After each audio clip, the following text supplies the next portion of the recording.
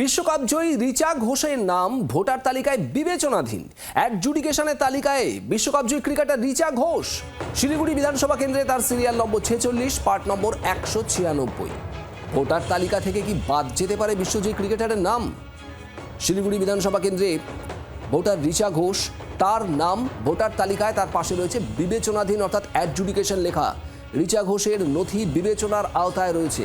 তাহলে কি রিচা ঘোষের নাম, ভারতীয় ক্রিকেটারের নাম বাদ যেতে পারে?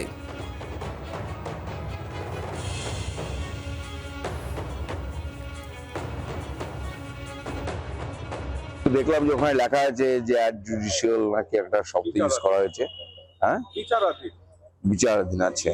তো এখন কি ব্যাপার, কি কারণ? হ্যাঁ, আজকে তো রোববার, কালকে আশা করি যে অফিসে গিয়ে জানতে পারবো যে এর পেছনে কারণটা কি। বাংলার আওয়াজ, বাঙালির আবেগ, জি 24 ঘন্টা।